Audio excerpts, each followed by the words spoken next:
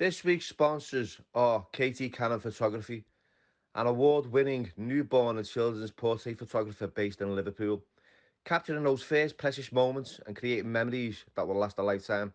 Katie has 15 years experience working with children.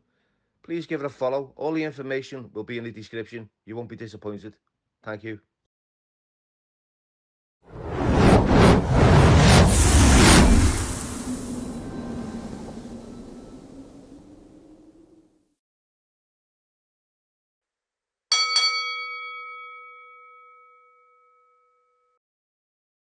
Hello, everybody, and welcome to the Billy Moore podcast. And today's special guest is Kevin Lane. Kevin, how are you, my mate? Thank you very much, Billy. Thank you for inviting me up to Liverpool. Oh, thank you for coming. So, let's start at the beginning. Tell us a little bit about yourself, and then we'll get into what's been going on recently. Okay, so I start. I'm an ex-lifer, but I'll go back to the beginning. So I grew up in a place called Harefield, Middlesex. It's a country village. A lot of people might know it for Harefield Heart Transplant. It was well known for that back in the day. So I grew up in a village that was notorious for pub crawls. Beautiful village, idyllic, nice place to go to school. I mean, we had our own farm on our school. Not many people can say that, can they? We used to tend. So you're seeing chickens and lambs and pigs and cows and all sorts, being born and hatched. It was great.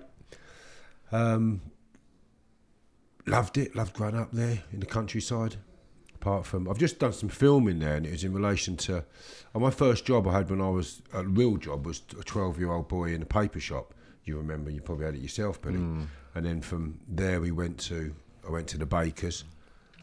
From the bakers I went to the chip shop, and then at 14 I went to a local builder. But doing that filming took me back to when I grew up, and they were difficult times for a young kid in terms of what was available now to. Oh yeah, definitely, yeah. To what we had then. So I had to bike uphill a good half a mile or more in any north, east, south or west, depending which way you came to the village, uphill. And I'm on about big hills. And then you're going down country lanes where there's no lights. So you're growing up in a real rural area. And I'm going to be honest with you, you needed a bravery award to do the paper round. Yeah. So I grew up there, loved it, always worked. I'm a hard grafter. I think you put a good day's graft in, you get more than a decent reward back in the pocket. It's what you get back in yourself. Structure and... Let's pull that up a bit there, make sure. Yep. So I grew up there, I worked hard. Bit of a fighting man's village in its day. Not that I was like that, but... used to have SPG vans in the village parked up because of the pub crawls. You've got an idyllic, beautiful little village, and there's massive punch-ups on a Friday and Saturday night. It's bizarre, isn't it? Bizarre, you're going out. Of course, it's what life's all about. Picturesque postcard kind of village, and then you've got loads of battles going on. Blokes taking their tops off. I fight the hardest man in there because there's loads of travellers out there, boys. So I've grown up around a lot of travellers and traveller sites and that. But yeah, it's beautiful. I went to John Penrose and then Academy. I got expelled from there. I was a very boisterous young man. Too much energy. So in that I would play sport, anything I could do, whether it was carrying a golf bag just to walk around the golf course, to turning up at the men's cricket team, the third team at 12 years old to get a game. I like the cakes and the sandwiches and all. As a kid, you do, don't you? Yeah. So I used to get a game because there's always short of a play or two in the men's thirds, especially on a Saturday or a Sunday night when they've been out drinking. Yeah. Played cricket. But 12-year-old boys facing a ball that's coming at you at 100 miles an hour, hit by a grown man. Yeah. It's a bit frightening, and I remember that as well. But I was very active playing sport, but like I said, I got expelled. See a child psychologist, says there's nothing wrong with him, he's just very energetic. Now you get a kid nowadays and they'll be on Rohypnol or whatever they're blooming sticking into him, and I think that's wrong. I think you just need to give kids structure and let them use their energies in the right place. Yeah, they act a little bit differently from everyone else, and they're being labelled with all kinds of ADHD and autism, and they're putting on the spectrum. And I see my brother's got autism, so I know what difficulties people are up against. Very difficult. I've seen loads of kids. I mean, And I think that is absolutely. I would have been on if they had got it in me tablets as a child, and there's nothing wrong with me. It's my mate. So I went expelled. Started working at 14, 15 with Josh Clack, local builder. Loved working with him. From there, I did an apprentice carpentry and bricklaying course at Southall College. I worked with various builders, Fashionist Joinery. It was a big company back in its day. Part of Taylor Woodrow they were, or Taylor Woodrow is still going. So at 18, I was pretty much qualified on the tools because I'd been working on them since I was 14 on sites and that. So when I got expelled, I got 4 days work release, which was lovely because by then I'd moved into my own flat with a pal of mine who was 18. I was about £10 a week rent, which is nothing, was it? You think of today's. No. You know, Fuck all, is it? Fuck all. So obviously catering for yourself and doing your cooking and washing, but that was okay because I've got a large family anyway. I've got plenty of brothers. I've got 2 brothers and sisters, 2 brothers and 4 sisters, and I'm the 7th one. So you're used to fending for yourself. Or Was you the youngest? Second eldest. Second eldest. I was the oldest out of 6. I know what it's like to have a big family, but especially when you're the oldest and you've got to look after 5 younger siblings. Mum, he's got my shirt on. Yeah. Where's my jeans gone? Who's nicked my trainers?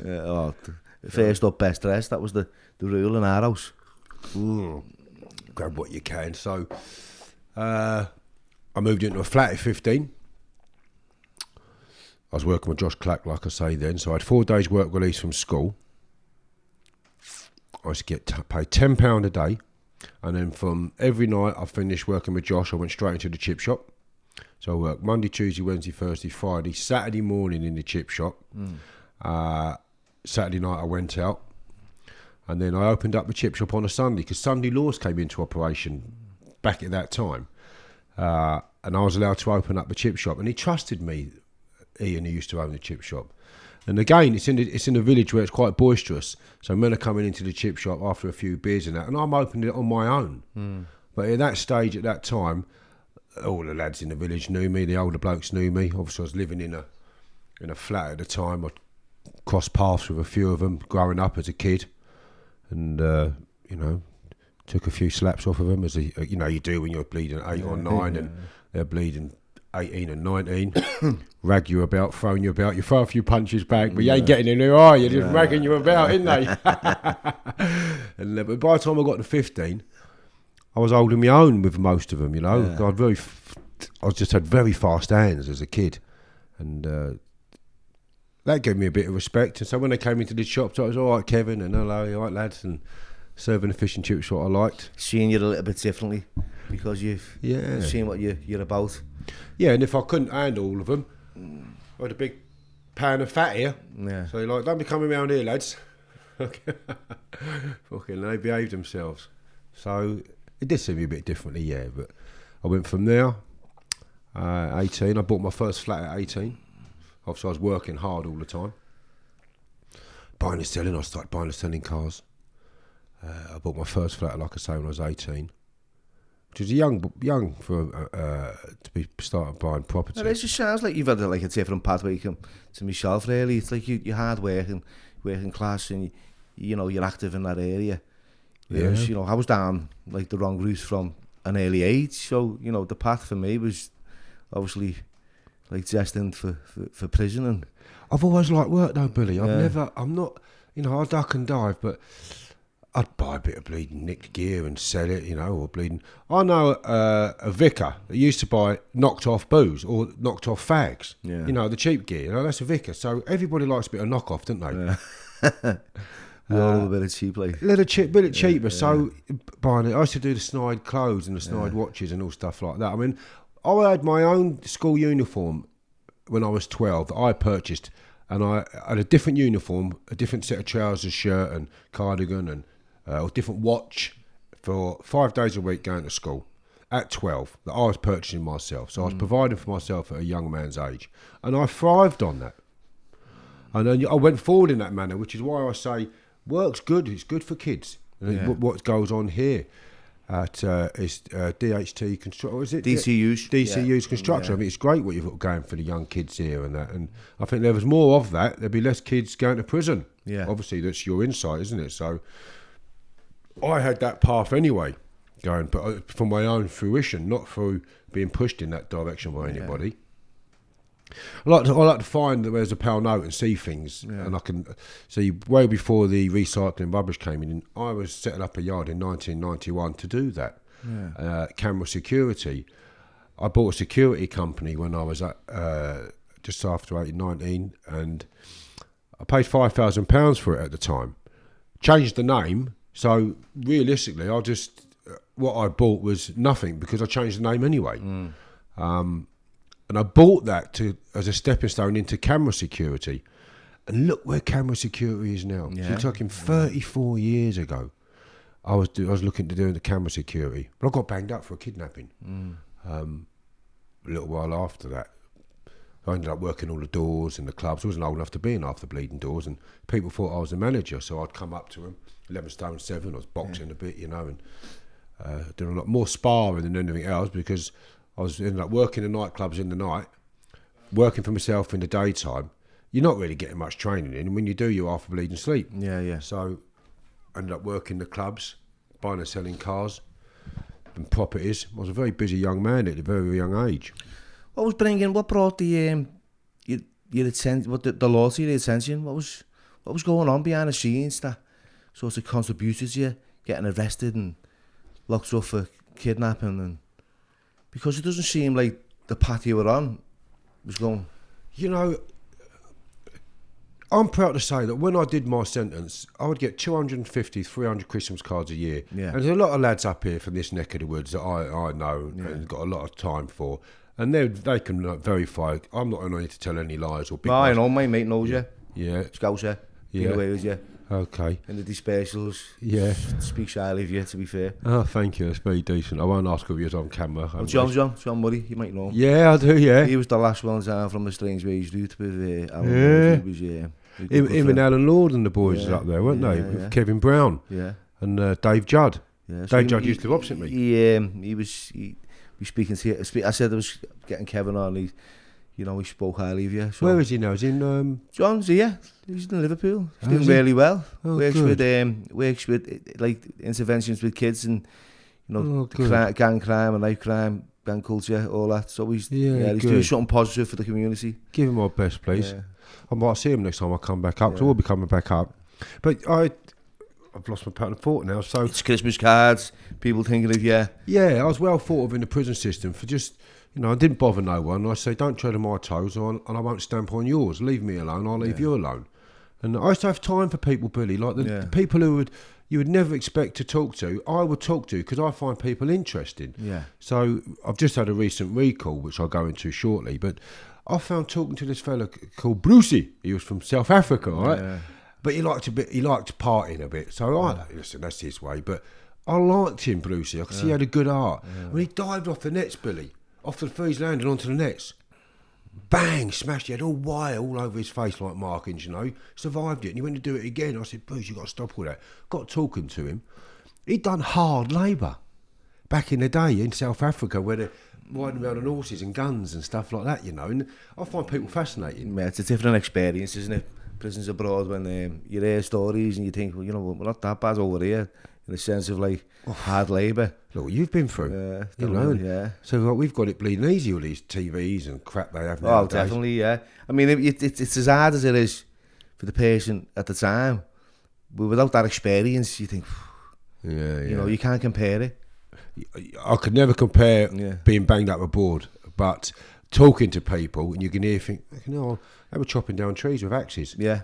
And if he didn't graft, then that's, And you don't get fed either. Oh, he said that the only what they got extra money was, when you never got fed out there, I'd imagine, apart from what you might eat off the bleeding floor or cockroaches. We were getting fed by something called Prisoners Abroad, which is a charity organisation in the UK. Okay. That were supplying us protein tablets, vitamins, multivitamins, which at the time I was selling to purchase drugs because I couldn't face reality and I wanted to escape like the judgments of everything, and I'd use just to avoid. But I was neglecting my own health, Yeah, yeah. you know, and personal kind of hygiene around a lot of things.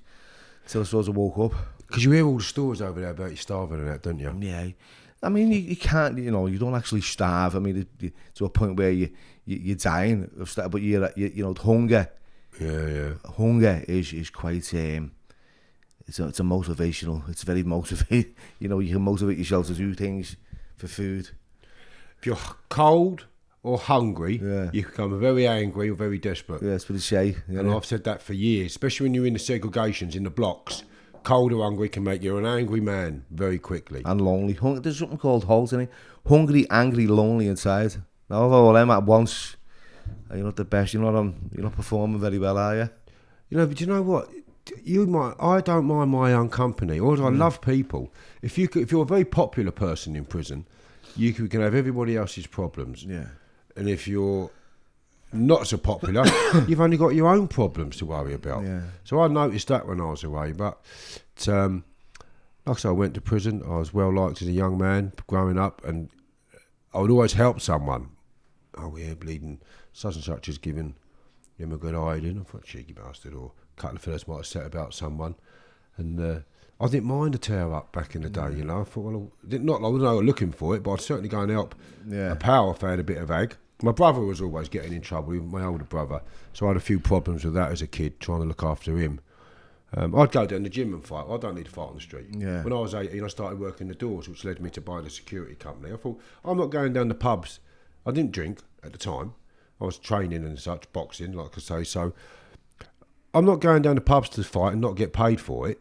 It's, you know, what for? And, you know, the mother of my children at the time, Kim, she used to attract a lot of attention because she was a pretty girl, and I used to look like a bleeding college boy from the countryside. So, and I was only 11 stone 7. There wasn't much of me. So you're off that, you know, young kids. It brings problems, didn't it? At that age, they all want to prove themselves and such. So I started working in the nightclubs and that, and then with that, I got a few nickings on the doors. Because you'll always get some clown who'll either he's had too much to drink, or he'll look at you and think you're an idiot, and he'll throw a punch in him, miss, and you'll hit him. And next thing you know, you've broke his jaw, or you know, you've defended yourself. And I will state, Bill, for the record, we're there to restrain people, not to give them good hidings. But sometimes you have to hit a person. If they're throwing punches at you, you've got to hit them back. Back in the day, that was, of course. Yeah, it's different back then, isn't it? Different then, and you know, back then, the places that had security needed security. Now it's just pretty much across the board where most places have security anyway to take, because a doorman is to take care of its clients. Yeah. You're there to take care of them. You're not there to manage the place and bash them up. People lose sight of what they're really there to do. They're not going to be saying a back up. You know, you know, they're going to be losing money, aren't they? If customers aren't going to be arriving, so you know what your job is and the role is. It's there to protect the door. But you've got to protect yourself and protect the door, but at the same time look after your customers, and that's where people lose sight. You're there to look after your clients, not bash the life out of them. Well, I've seen a few people do that. Like, oh, they still do it, you know. But when I had my own security company, I said, listen, if you bash them up and I lose the contract for this place, you're not losing me £300 a week. You're losing me £1,200 a month, 14 grand a year. Yeah. And I'll be upset if you do that to me. And I'll be coming to see you like you'll be coming to see me if I took the money out of your pocket. So we used to have regular staff meetings. I had 120 blokes working for me at the time, which isn't a lot now in the figures. But then it wasn't right across the board like the security is now. I mean, I know a fellow's got 6,000 blokes on his books. I know a few security firms that have got big numbers, but they're doing different types of security as well. But at the time, 120 full-time through Monday to Friday, and then obviously the club's open and it grows again. It was a lot for a young man. So that brought me to the attention of the police. Yeah. And then I went away for a kidnapping. I got nicked a few times for kidnapping. What they call captain, you know, you take someone away, rough them up a bit, or... See, people get the wrong impression of what kidnapping is, don't they? They think it's like you're kidnapping someone for, you know, it's ransom. Yeah, for ransom. Like, that's all, like, you know, growing up, you know, that was like, whoa, kidnapping, ransoms, and, you know, but when it's like, tell us about what happened. I can't go into all the details of different various nickings I've had, but I did used to take people. I mean, I drove around the zoo once for a bloke in the boot of the car. Yeah. All right, he was a big bloke. He was 6'4". No, weren't like, you can't just pick your clients, can you? No. If someone's done something wrong, you know. I never used to say, when people used to say to me, I'd get a call right before I purchased my own company. They'd say, Kevin, will you work tonight? Yeah, no problem. Where? But then I found when I had my own company, people would say, who with? And then they'd ask where. Yeah. You work in the bloody door. And I mean, I used to go, no, I work anywhere, and I'd go anywhere.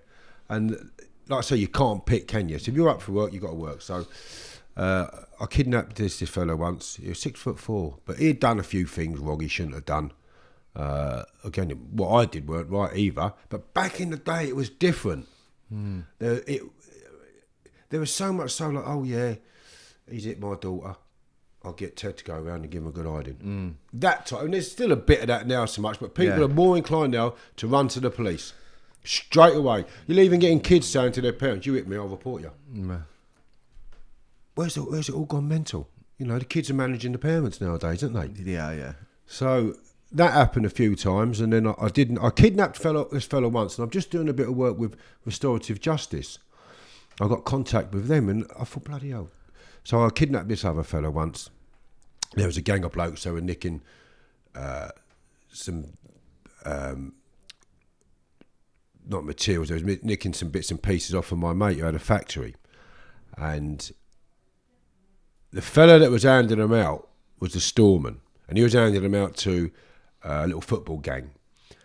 At the time, as far as I was concerned, they was all one and the same. So I went to this building, pretty much like this big building, kept everybody in it hostage till this fella turned up. They said, he's here. So I've gone out to the stairs, like we come up here. Fella's coming up the stairs, I've cracked him, right? Because there's no negotiating when you're taking someone away. I knocked the wrong fella out. Woke him up, so I'm ever so sorry, mate.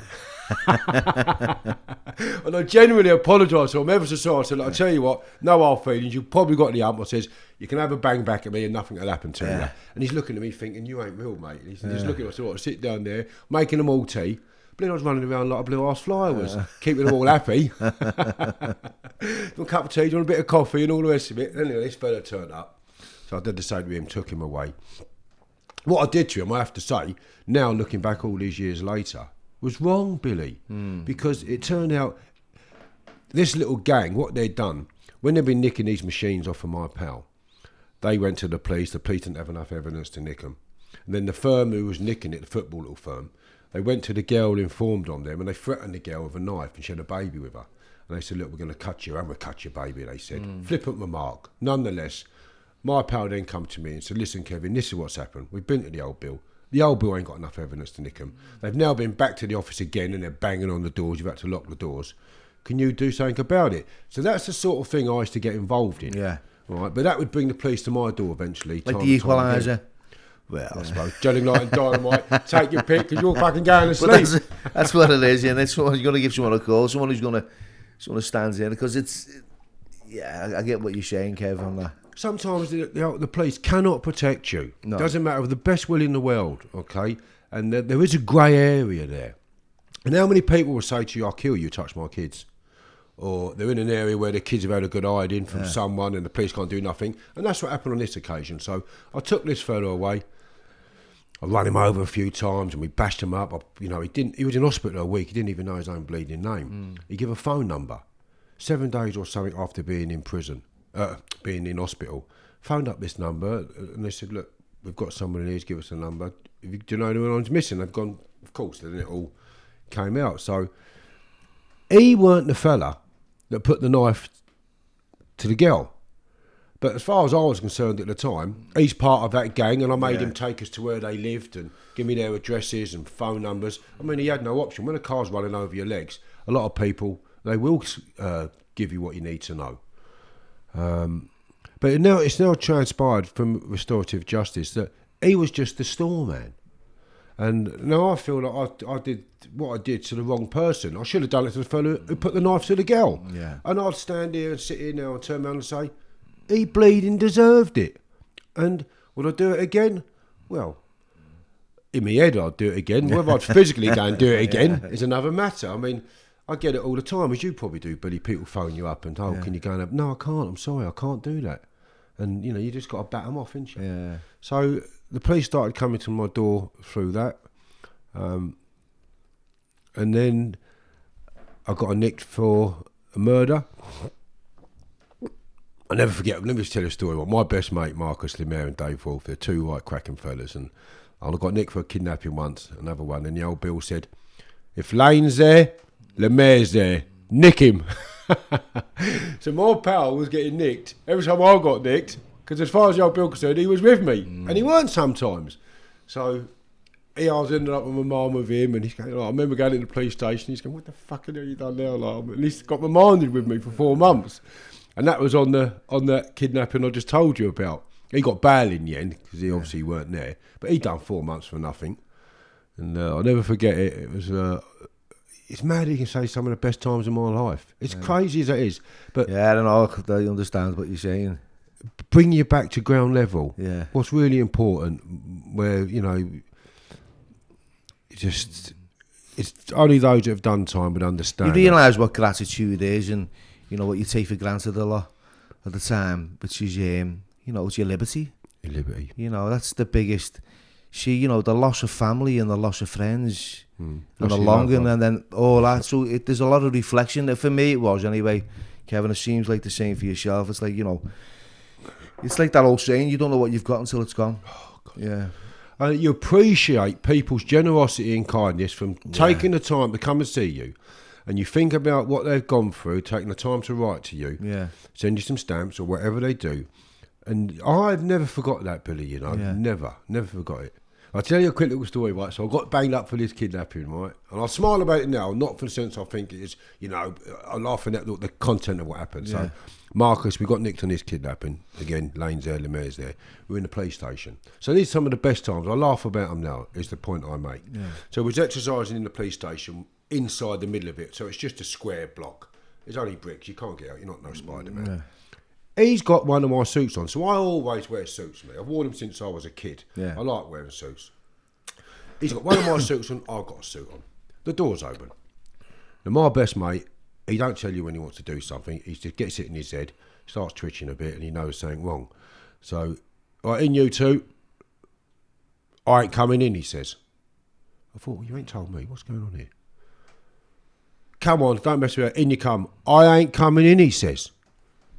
I haven't said nothing in front of the copper, so the door's shut. He's gone, all right then, no problem. He shut the door. Next thing you know, you hear doors slamming and people running up and down the stairs. I said, what's the matter with you? I ain't going in. Why ain't you going in?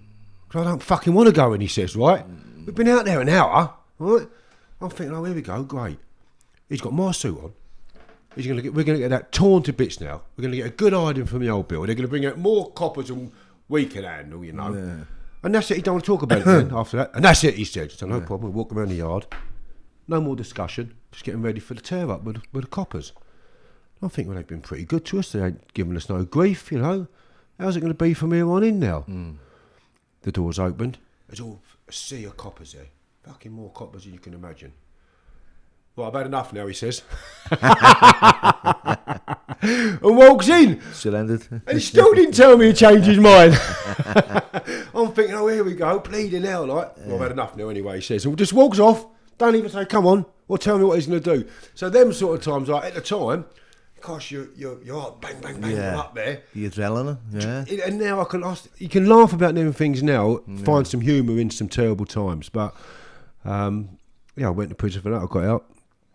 I got found guilty. I had 2 trials. I got bail for that crime. The police were caught lying, changing the descriptions and things like that, saying whatever the witnesses said, they altered what the witnesses said. That came about.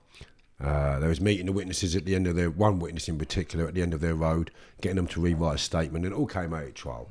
6-1 committal, you might remember that. It's the old style, wasn't it? Committals, yeah. The oral committals and everything. Yeah, but I didn't mind that because I got bail. Yeah. And got bail. Marcus was still on bail, actually, and he turned up to court every day in a different disguise. He had his hair centre parting. One day he'd have curtains, another day he'd have it brushed back. He'd come up dressed like a bleeding cat burglar once. He had the black and white T-shirt and the black jeans on. Another day came on like Mr. T. He had a ring on every finger. He bought all my mates gold. He had no more chains on than Mr. T. And the judge used to come and everyone was looking at the door like that, waiting to see what he came in like. He thought, well, if I go to court just differently each day, they ain't going to be able to recognise me, he says, Yeah. or put me to anyway. This is all things like that you can laugh about in the day, can't you? So I got bail then, went up on trial twice. Second time I went up for trial, the jury was out. It was very hot in May that year, and I'll never forget it. They was being put into a hotel again, and they came on a Friday night, so they'd been put into a hotel on a Saturday, and then they went out, and they came back with a guilty almost immediately. So I've gone downstairs to confer with my barrister, and we get called back upstairs. The jury have come back in and they've got something to tell the judge. And there's some ladies were crying, and the blokes were, obviously some of them we can clearly see they weren't very happy. They told the judge they'd made a wrong decision. And the judge said, I've got to take your first answer. And I've said this before. I stood up and said, listen, it ain't a game show. And I've got 2 years, 2 years, 2 years and 2 years to run concurrently. Now, I was expecting to get an 8 to a 10 anyway, is what my barrister said. But the judge turned around and said, like you did, Billy, he said, you took the law into your own hands. He said, you know, you just a vigilante, but you took the law into your own hands. So, and it came out that the police had been approached twice to rectify the matter and failed. So he gave me 2 years, and I'd done 6 months remand already. So I had 16 months to do. And he said, I know there's going to be an immediate appeal. I thought, I don't want to go up on appeal. I've done it. I never give evidence. I just sat in the dock and blah, blah, blah. Got found guilty. I'm happy with that. Went away, and I was out bleeding 14 and a half months later. I got bail. Not bail, I got parole. For a kidnapping. I'll never forget on the parole hearing, they said, would you do it again? I went, yes. But you know, you're young. You're still not thinking like an adult, really, are you? No, you've got an air of arrogance as well at that age, haven't you? Yeah, and you still Youth brings that, like. And you feel that you're not so much the Robin Hood, but what I did was right. Righteous, yeah, you're on the righteous path, yeah. And I mean, it still might be considered righteous now, but in the eyes of the law, you have to think what you are doing is still law breaking. You're still committing an act of crime, and it's violence. So, if we didn't have the police in this country, Billy, you know it'd be anarchy, wouldn't it? No, definitely, yeah. You've got to have the police in this country, for Christ's sake. Yeah. You've got to have that, haven't you? The first thing that you know, when it goes off, like even like Scrooge as well, people like us against them. But I always, you know, as I got older and more mature, I realised that, you know, it was kicking off when that bell went. You know, you'd want them there. You know, the first, you know, if you were like getting you were like on demand, or you were overwhelmed with things. You know, it's important to. You think about the ones that I've seen prison change over the years, Billy. Me too, yeah, Kev, yeah, you're right. Not for the better. Exactly, yeah. Younger screws, immature, inexperienced. No money. They don't get paid the right money.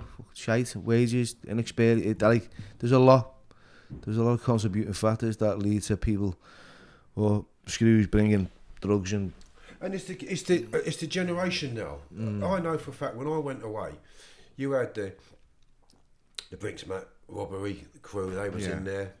Tony White and Johnny Schultz and Mickey McAvoy and so on and so forth. Okay, and there's many other criminals like Kenny Collins, Hatton Garden burglar. There was a code of conduct there, and camaraderie amongst your fellow interns. Now they're coming in your cells and robbing you for your trainers or your bleeding thing box, whatever they have. I don't know. I didn't have a telly for 20 years, so Xbox, that's it. Oh, I'll give you a fucking box. You want to come in my cell and try and nick my trainers? All right, I've had people come in my cells with knives, and I say, really? Or in the kitchen, for instance, a fella come in and I said, yeah, put that knife away. I'll take it off you and fucking stick it back up your arse. And as it happens, whatever went on there. But our times have changed from when I was away. My first sentence, my long one.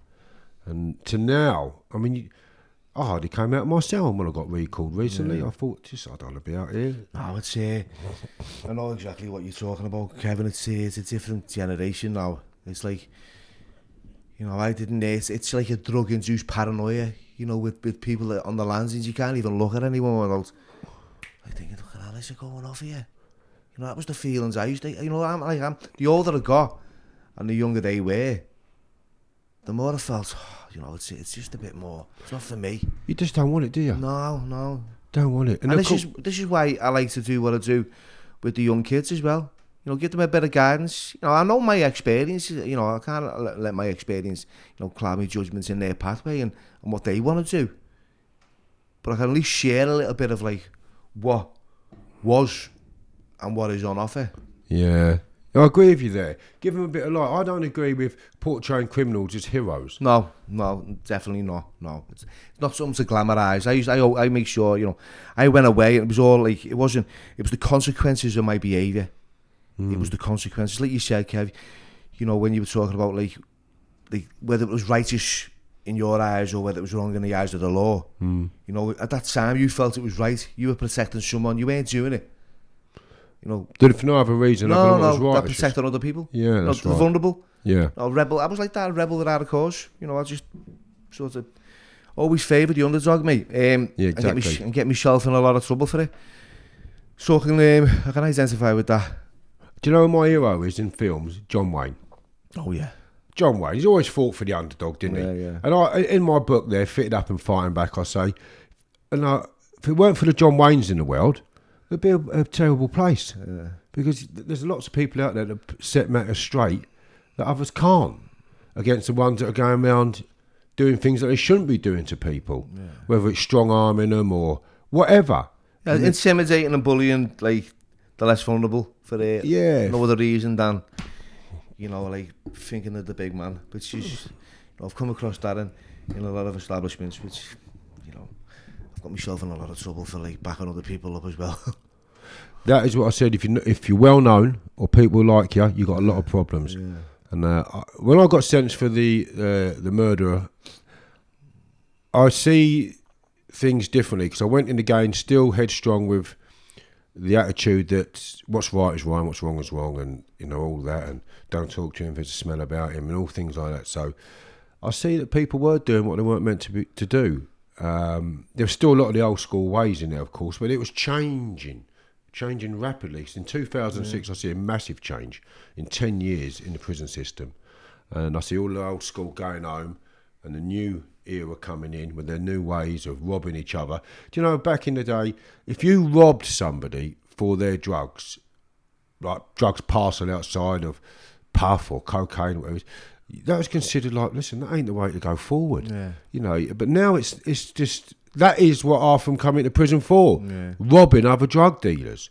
That isn't putting a bit of time together and going to work and working out how to break into a bank and cutting the alarm off or, something like that. Putting a bit of graft and a bit of thought pattern. Because most criminals of the old days were clever. So if they put the same effort into working, they'd have been a lot richer, a lot quicker, I believe, because I've always earned fantastically while working. So I went away. You went away in was it 1996? I got 95 January. 95, and you were given a life sentence in 1995. How old was you, Kev? 27. 27, wow. So, you're a young man. You're 20. I read a little bit about your backstory. It was, contact killing. Yeah. But further down the line, the police officer that arrested you at the time was also known to be corrupt. That's right. Yeah, so tell us a little bit about that, Kev, because we need to get into that. So Detective Spackman, he was brought into the operation for the murder of Robert McGill. I got arrested for contract killing. At the time, I didn't realise what was going on behind the scenes, but originally, previously to that, two people was arrested called Roger Vincent and David Smith.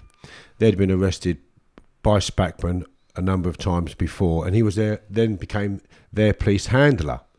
And I've got all the documentation to confirm that, and so on and so forth, legal documents and all, not stuff that have been disclosed to me through the criminal justice system. And so I got arrested for contract killing. And I thought, oh gosh, what's going on here? There's a lot's gone on in the book which sets it out, and that book's been out a year now, and there's been no court cases or orders telling me that any of the material in there is false, because it hasn't, it's genuine. So I got arrested for the contract killing, and I was sent into Belmarsh Special Secure Unit. I was then made triple category A, and for those who don't realise that, that's, you're not coming into contact with people, you're permanently closed visits, you're checked every half an hour behind your door. I realised that I was forever doing that. looking at my door when I came off the Category A 16 years later, because you're forever being checked and you don't realise. And then, of course, you only get checked twice a day in the 24 hours when you're Cat B, but you're still doing that because it just becomes habit, like if you've got a tick. The bank copper got nicked after I was convicted in 2002. He stole £160,000 from the police force, and a very complicated fraud he did in deception. But I always said that he was bent, as in corrupt. So at the time I didn't realise that Roger Vincent was having confidential chats with the corrupt police officer, whereby he was naming me. And that's all in the book, word for word, verbatim, and the documents are in there, word for word, shows that he requested to speak to the police on a confidential basis, whereby he would put forward the names of the people that committed the murder, how much they got paid, and he named me for another 2 murders, so he put me up for 3. So in the eyes of the police, with the bent copper and this Roger Vincent, they've not only put me forward for the murder of Robert McGill, they've put me forward for the murder of 2 others that haven't been solved. And in their eyes, they were high-profile murders. I'm sitting there on remand at the time in the unit thinking, what is going on here? I had no idea. Because I never found out about what I've just told you until 1999, some years after I was convicted. Yeah. By which time, Roger Vincent's swanned off down the road, got on with his life, and I'm doing birth for something that they was originally arrested for. And then, of course, years later, it's coming out. It's a bit like the piecemeal. Bit by bit, you'll find out what's gone on behind the scenes. And I found out, like I say, I've got the confidential chats. I've got his custody record where he's asked to speak to the police on a confidential basis without his solicitor being informed or present. And he signs it 5 times. So it's a legal document. It's not something I've manufactured. So when all this started coming to light, I realised then I never stood a chance at all, that I was going to prison. So Kenny Collins at the time for the Hatton Garden, he was on remand in unit with me for passports. And he used to have Ralph Himes. Ralph Himes was the Cray Twins solicitor back in the day. And Ralph was alive then. And Ralph had come up to visit Kenny and he's gone, the deal's done, he said, your pal's going away. Of course, Kenny couldn't tell me at the time. He said, fucking hell, like, if I told you, bless you, you was going away, he said, God knows what would have happened. Like, so he said, we just tried to work through the case, get your head right for the trial. I was spending a lot of time in the blocks at the time for various fighting with screws and that, Yeah. But bully boys are the ones I hit with, funny enough. Not people who didn't deserve a good hiding. People who was trying to intimidate me, and I just used to go bang and fucking hit them. And that was it. I was in the block then, bent up in a strip cell, no clothes on, freezing my tits off. But you learn as you get a bit older, didn't you? So Kenny come and told me I was going away. Sure enough, I went away. Vincent was acquitted by the judge's direction. And then I often thought, how can you be acquitted by the judge's direction if you're nicked with me? He was being kept in different prisons up and down the country. Again, the IRA at the time said to me, Kevin, because I was on a triple category, I was with the boys who escaped out of Whitemore Special Secure Unit. It had an armed shootout with Andy Russell. And they said, it's not right, Kevin. Your code's been kept up and down the country away from you. That stinks. It's never a good sign. So lo and behold, I then obtained, it's in the book, his history sheets, and it says special visit on Freeze Landing, police interview went well, no problems, and all stuff like this, And another pal of mine, Tony Daniels, he see the old Bill in his cell in the scrubs, in that Vincent cell, talking to him and going through paperwork. And then all this came around and I thought, never stood a chance. Yeah. So if I get nicked with you, Billy, and we're done what's called as a joint enterprise, if I'm guilty, you're guilty. If you're not guilty, I'm not guilty. If you're at the scene with me, and we're both at the scene. Yeah. So if you ain't at the scene, I ain't at the scene. So if you, or Roger Vincent, should I say, is discussing the murder and giving the police information about the murder and other murders, then surely the jury should have been told about that. And then Vincent should have been asked, how come he knows so much about the murder? Well, none of that information was disclosed to him until 1999. Further to that, the fellow that got caught with a car, he turned around and said Roger Vincent and David Smith gave him this car and asked me to destroy it. I never got those statements until 2007. They weren't disclosed to me. Because if they'd have been disclosed to me, the jury would have said, well, hold on a minute. It's 12 years later. 12 years later. They're saying Roger Vincent and David Smith gave this fellow the car to burn it. Yeah. Well, he'd have been asked questions like that and a wealth of other questions, Billy, and he never was. Yeah. So I learned pretty quickly after I was convicted that something wasn't right. I realised I wasn't getting all the paperwork in the case.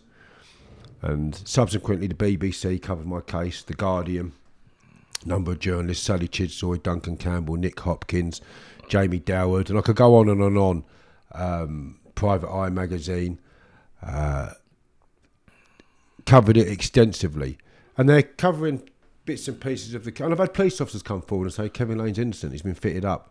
We've seen statements that have been written out by Spackman, the bent copper, and getting them and signing them as a matter of truth and putting them before the judge. And still I was kept in prison. So when he got nicked for the fraud, Spackman, he was writing out statements as a matter of truth, going down the deaths and births office and getting certificates and driving licences and all sorts of stuff to get this money out of the police funds. Yeah. So it shows what he was capable of in his own case. He could have done it in mine, which he did do it in mine. So I got convicted, went away, finally got off the book when some documents were sent to my solicitor from an anonymous source. And I'll never forget it, the director of the prison service was waiting outside my cell in Frankland. And he came up to me and he said, is that right, what we've heard about this paperwork? I said, yeah, it is. He said, well, I've come to tell you I've put something in place in relation to a Category A. Bang, wallop, I was downgraded 16 days later. Chucked out of the prison service, out of the HMP service into a private system. Ryu I went to at the time, which is now for paedophiles. But at the time it was a good nick.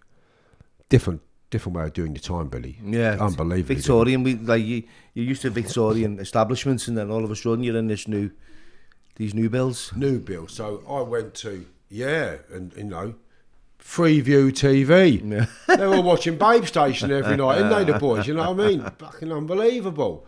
I thought I'd better have a TV for a little while. So and like nice food. Egg and bacon and all that on a Saturday and stuff. Yeah, it's different, isn't it? So I got chucked out of the system, finally got released as a DCAT, and I went up on appeal. So on the appeal, Lord Chief Justice Rafferty stepped into my appeal. Well, the prosecutor that convicted me was a gentleman named Kalisher, and he passed away a month after I was convicted. And you could see he was ill. He had a big tumour on his brain and that, and he passed away.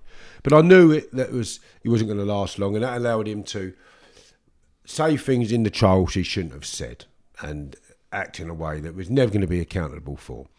But what's come around in the last year is that Rafferty was at his side of his bed in the hospital as he's dying, and they agreed to set up a charity called the Kalisher Trust, Kalisher Foundation, where they would assist barristers during their training. Where do you think these barristers went to work? Only the Criminal Cases Review Commission, which was a government body set up to oversee wrongful convictions. So my case went to the CCRC 3 times. I've only just found this out in the last year, like I say, that the barristers in there are in there under the Kalisher Trust. They're looking at my paperwork. They're being funded by the Kalisher Trust from the person who obviously won his conviction against me. They're never going to overturn it, are they? Never. So then when I go up with my appeal, Rafferty steps in to sit on our bench 2 weeks before it goes up and fobbed me off, sent me away. Now that's a conflict of interest, surely. And in anybody's eyes, they must say, well, he never stood a bleeding chance. And that's what I've had all the way through, knockback after knockback. And you look at the Guildford 4, the Birmingham 6 and the Bridgewater 3, 5 or 6 appeals before they turn around and say, yeah, we made a mistake, we got it wrong. Yeah. What is it with the criminal justice system in this country that they just won't accept that they fitted you up or something? You've got to get a ridiculous amount of years out of you before they say, yeah, let him go. Yeah. And and in the meantime, you're continuously recalled to prison because you've got a life licence around your neck. So it's a constant noose around your neck that can be tightened. Someone makes a phone call, or if you do something wrong. I went away recently for common assault, and I went away where someone was kicking and punching my car. It's my ex-girlfriend, and she was drunk, really drunk, and nicked my keys, my house keys, my car keys, my wallet, and put them in her freezer to stop me going home. Because at the time I had a probation officer that was would never let me stay there. So I used to have to drive home 50 miles a time. So she hid the keys. Finally got the keys. But in the meantime, I'm putting her back indoors on a number of occasions. On the 5th occasion, at 6:30 the next morning, when I found my keys, I threw her. But she'd run up and down. I had a new Range Rover at the time, a nice one. It was autobiography sport. It was fully loaded. There was fucking TVs and fridges in it. I thought, bloody hell, like, I tell you what, I've always wanted one. I've got one now. I work hard for it, you know. So she's caused £2,000 worth of damage on the car, right? And I threw her. I went away for 14 and a half months for that. For throwing her. Okay? It's heavy, like, isn't it? 14 and a half months because I'm a life licence. Now, anybody else would have said, if I didn't have that contract killer's title on me, they would have charged her for holding me captive or, you know, keeping my possessions, which would prevented me from going home. And she would have got charged for it. And it was all on camera as well. Yeah. What I'm telling you, I've got footage of. So, like I say, it's not like, even when she did that to my car, I put my arms around her and put her back indoors. Yeah. Come out of the car and rip my number plate off my car, stop me driving home, all that stuff, right? You think, bleeding out, it's provocation, extreme provocation. He's lost it finally at 6:30 the next morning and threw her. So, no, 14 and a half months I got him for that. Got out. 2 months later, I recalled again for going to 2 areas that I was told are in Hertfordshire. Subsequently, it's been proven they weren't in Hertfordshire, they were in Middlesex. I had a tag on me as well that they fitted a 40 tag on my ankle. And I'm not a repeat offender for drugs. I've been out 5 years, by the way, before I went back to prison for common assault. I had a successful business. I employed people. I turned over £3.5 million in one of my businesses, you know, in a few years. That's not bad money, as well as the other one that turned over a significant amount. That I set up from nothing and worked hard. So did I deserve to go to prison? No, I don't think I did. Because if I didn't have a life licence around my neck... You wouldn't have went, no? Never would have gone, okay? Not for that length of time either. That length of time. So I changed probation officers. I didn't change it, the prison changed, the system changed it.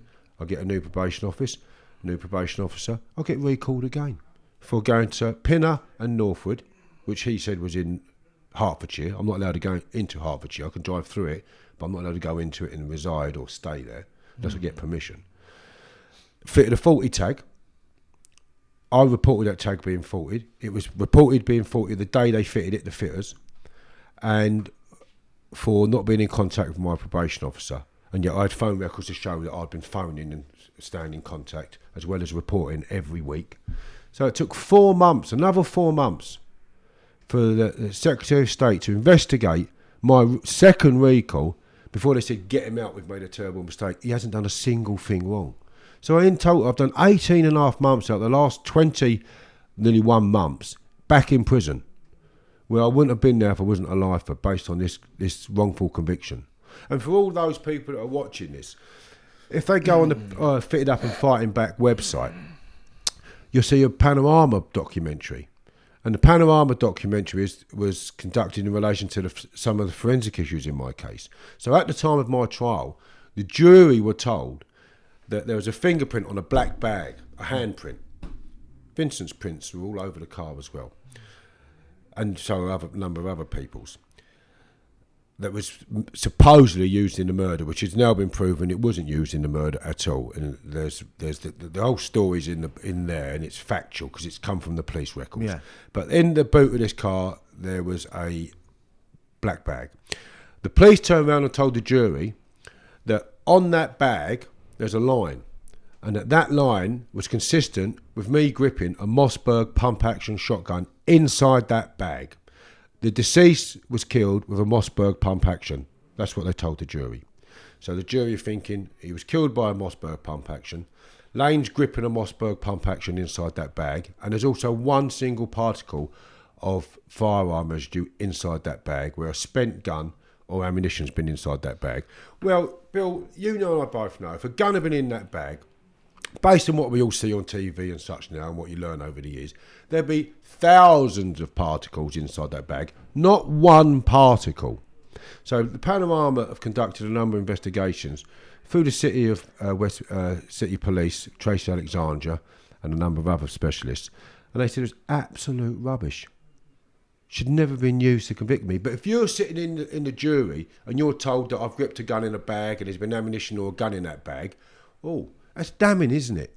So I'm now due to go back again to the Criminal Cases Review Commission for the 4th time and submit my reasons to them as why I should never have been convicted, because you cannot guess what a jury member will make of any particular piece of evidence. So they call it Pendleton. So I can't second guess what you think of anything, whether you thought it was good or bad.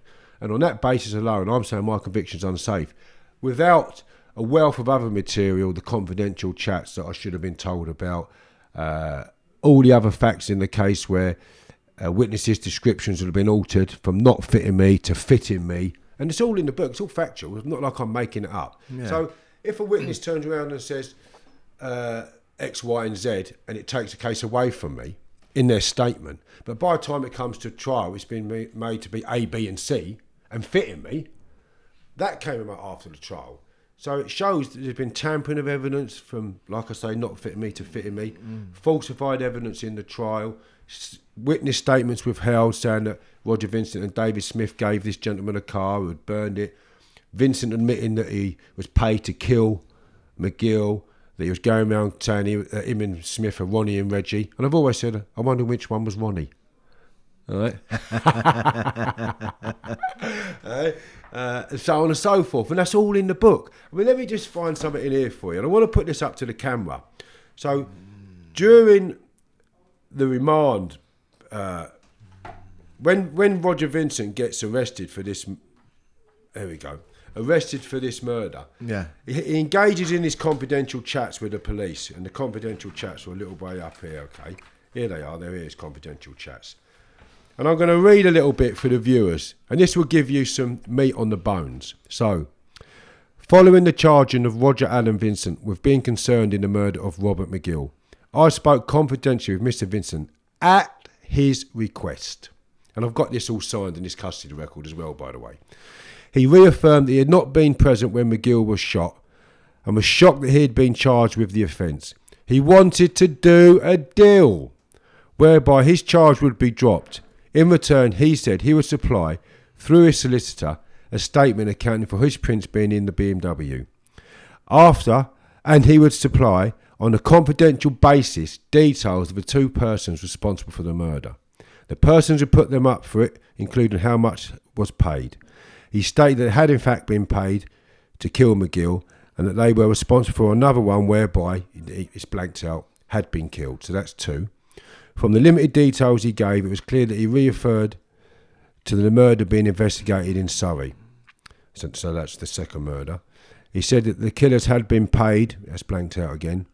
He intimated that, I can't mention that name because I haven't got the permission of these people to mention their name, but he's mentioning a family. He says that family including blah, blah, blah, had an involvement. And they hadn't. It's absolute rubbish. But in the eyes of the police, he's putting his family forward. It was big in their eyes. He stated that a thorough police investigation would net everyone involved, with the exception of someone who referred to, I can't mention that gentleman's name again, he's dead, okay, and again, he was a well-known figure but had nothing to do with it. But if you're throwing in well-named names into the pot, in the eyes of the police, they think they've won the bleeding jackpot, who did not get his hands dirty. So Vincent engaged in confidential chats. Now, for the camera, can you hold it up to the camera there, Bill, closer, please, Billy, so you can get his face. Now, that's Roger Vincent and his confidential chats. And he's just had his photograph taken after those confidential chats.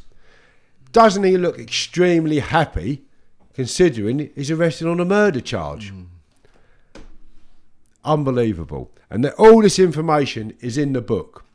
And it's I mean, all of the Expendables are reading it on set at the moment. And we've had Princess Diana's autobiographer purchase it, and Tom Cruise's, and John Bolton of Netflix, and so on and so forth, right across the board. I've got that.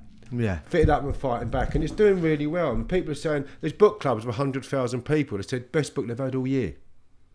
And I'm really pleased. It's got 4.9 on Amazon. Brilliant. So, you know, it's doing really well. See, what I'm hearing, Kev, right? Because I'm listening to like everything you've shared, and you're not, you don't claim to be Mother Teresa, right? You've made mistakes, but you sort of stood up to the mark and accepted it. It's like, for example, when you talked about the kidnapping earlier on, and the jury came back and said we made a mistake, and you thought, you know what?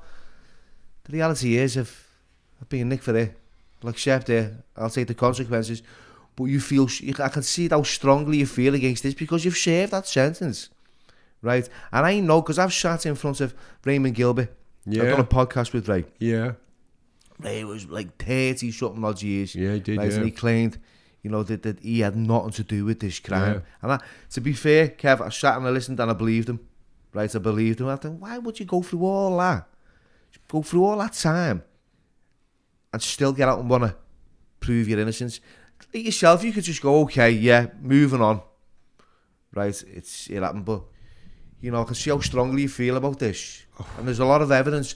And I know from back in the day, like especially the early 90s, when I was in the prison establishments, and it was all the set of depths and everything was written down, and it was all different. You know, how easy it was for the law to manipulate a lot of stuff. It's unbelievable the way they manipulate, withhold statements. So you've got... Yeah, yeah. I remember getting arrested by police and them going to me, what colour screwdriver do you want? Right? And I'm like, what? And then getting charged with an offence. I hadn't done nothing, I just sat outside. You know, I was sat outside, I think it was a drug service. I was a young kid, I wanted a bit of help, and I sat there. And they pulled up, these police, and went, bang. Like, so I'm busy putting guns in my mouth. I've said this to police... Previously we were at meetings with, and he said, you know, that stuff shouldn't happen, you know, wouldn't happen in this day and age. He said, you know, it did happen. I had a gun put in my mouth when I was 17 years old, Kev, right, in the back of a police car, right, and they were asking me who was doing this crime, who was doing it. I had no idea what they were going on about. They were just these tactics. It was the OSD back then, Operation Support Division. That's right, yeah. Yeah, it's the Matrix now, and it's Operation Support Group, weren't it? Yeah, the OSD. It's in Liverpool. There was the OSD. The odds and sods. They were bastards. You know what I mean? Back in the day, you know. And I don't see. I understand that I was. There was a lot of like consequences for the behaviour I was. You know, I was portraying. I was behaving fucking. You know, yeah. I was obviously in that circle. Yeah. You know, and I don't claim to go, yeah, I was, but yeah, I didn't deserve to be stitched up in some of these fucking places. I can't believe it. Not when I'm asking for help, you know what I mean? They take people off the streets because you are topical at the time. Yeah. You're in their eyes. People want you off the street. Yeah. And so they take you off the bleeding street and do the most notorious things to you. Fit you up and send you to prison for a number of years. And say, well, hopefully you might not even come out. And they rely on you getting convicted, and the wheels of justice turn very slowly. Yeah. So, and trying to obtain information is not transparent. Yeah. So it takes years and years and years before you obtain the information that shows that you are innocent and that you've been fitted up. I mean, Spackman not only was a disclosure officer in my case, he was the exhibits officer in disclosing the material. We had to contact him for we had to contact Officer Spackman for everything in the case, and he was corrupt. And he ended up going to jail, didn't he? 4 years. Yeah, so 4 years he went to prison for. 60 grand he nicked from the police force. So there was definitely a lot of badness in him prior to. He nicked me years earlier for ringing cars. All right, I was buying stolen cars and damaged vehicles and Porsches and stuff like that when I was a young man. And he nicked me with a set of lads that were doing it, but I weren't doing it with them. And I just bought another house, actually. I was 21 at the time, and I'd bought a lovely house in Ickenham, where Lamar actually lived down this road. It was a nice house. I just had a brand new extension put on the front of the house and brick walls and iron railings and stuff. But I was working as well, Billy. Yeah. I want to make that quite clear. At the time I was working, I might have been selling... Well, I was doing mortgages, actually, buying and selling houses. I was buying a house a month and flipping it and taking a few quid out of it. Quite lucrative. Yeah. So he come, and I remember him looking around the house. But I didn't know at the time, when I got nicked for the murder, I think, I know that name Spackman. It was him. So when I got nicked for the ring of the cars, he came to the cells And he says, I'll have you one day, Lane, he says, one day. And he said something to me, and I jumped up off the bed, like full of testosterone, and you're a young boy, like, you got a pair of bollocks on you like that, and you're carrying around in a wheelbarrow, aren't you? Yeah. So you thought you fight the world. So he jumped up, and he slammed the door. And then the light bulb came on. When I got nicked from the mouth, I thought, Spackman. Yeah. I know him. And then it came out, fitted me up. The bastard. All these years later. But I'm hoping now that the conviction's going to be squashed based on the Panorama programme, and much more as well, by the way. I'm not just going to go into the full details, but I've got a lot more information that has come to light that's going to go before. And we'll see what they make of it this time. But just what I will say about that, the CCRC, quickly, is that at the time of one of my reviews, I wrote to the CCRC and I said, can you please tell me if there's any police officers or anybody that works in the CCRC that knew the police officers involved in my case? And they wrote back to me and said it was inevitable that staff within the CCRC knew the police officers involved in my case or knew someone who knew them. But this would not cause the impartial observer to form the view of biased. What do you think? Of course it's biased. One of the 14 commissioners in the CCRC was only the Chief Constable of Police at the time of my arrest of Hertfordshire. You know, the head man. Yeah. And he's now one of the CCRC members, and they don't see that as being biased either. No. I never stood a bloody chance. But, you know, keep throwing them punches, one will land, as they say. Yeah, that's it. And I think I've landed, asked Mr. Bellew, I think I've landed a big right. Followed by a swift left hook. So where can you get this book, Kev? Get it on the website, Fitted Up and Fighting Back. You can get it on Amazon. Waterstones, you've just accepted us. I mean, that's a great thing, Waterstones. Brilliant. So that'll be on in the shops there soon. Yeah. They're just reviewing the book. They've accepted it online already. So it's being sold online. So you're soon to get it in all shops or on all platforms, on your website. So I'll put all this stuff in the description, Kev, as well. Yes, so please. People can find it pretty quick. I always say this at the end of every podcast, right? It's I was hoping you'd keep going. I like this conversation. Is there any? I know you're on for time as well. I'm okay. Go on. Is there any pearls of wisdom? Anything you'd say to a young Kevin Lane coming through the doors of life? What would you say to him now? Do not get involved in crime. Go to work, be happy, enjoy your life. Because I'm telling you now, you go to prison, they are shark-infested waters. People circling you, looking for your weakest opportunity. And it is the king of the jungle in there. And if you are one of the weaker members in there, you will suffer at some point. And it doesn't matter, it isn't man against man in there now. It's one man against many. And that is how they fought. Stay away from crime. I'm telling you now, go to work and be happy. Because all that rubbish like Angels with Dirty Faces, do you remember that, James Cagney? Yeah. Crying, so he put the children off, Yeah. thinking being a gangster was good. Well, it ain't bleeding good. Because you do lots of porridge. Do not pick a gun up. Do not pick a knife up. It is not big. What's big about picking a knife up? Yeah. He's just recently had a young 12-year-old girl stabbed to death Yeah, sad. by a 14-year-old boy in I heard it on the news. in Liverpool city centre. You know, Sad. it's what the society's coming to. Where, you know, you've got to keep your kids at home because you can't even enjoy what's on offer in Do you know the community. still these silly knives that they get sold in shops? Ban them. Yeah. What is the purpose and use of those knives? If you're a hunter, you have a hunter's knife, but you have a license for it. Why should they be sold willy-nilly? Yeah, I agree. And you see some of these Bowie knives and such, and the flick knives and that. From Rambo knives, the lot. Rambo knives, that's it, Rambo knives. Why are they made? Who are they made for? Why and what for? Yeah. Why and what for? Exactly that. They're made and distributed to cause mayhem and harm. It's disgusting. And they're put in hands of people who think they're God when they get it in there. Whoa, look what I got. Yeah. Now I'm going to go and use it. So is that what they're manufacturing these things for? Eh? For our children, young children, daughters and nieces and nephews and sons to go out and get killed or be killed by them. So I'm saying to all these young kids who go to work, get a trade and have children and be proud mums and dads of your at some time. Not sitting in a concrete cell looking at the ceiling thinking, I can only come out that cell door when it's open. Yeah. I can only see my family when they're allowed to come in and see me. And oh, by the way, all you young lads who think you're as horny as they come, the only sex you'll be getting was with another inmate. So don't. And if that's what you like, then get in there. And with that, Kev, thank you very Billy, much. it's been a pleasure, Billy. Thank you very pleasure. much. Thank you.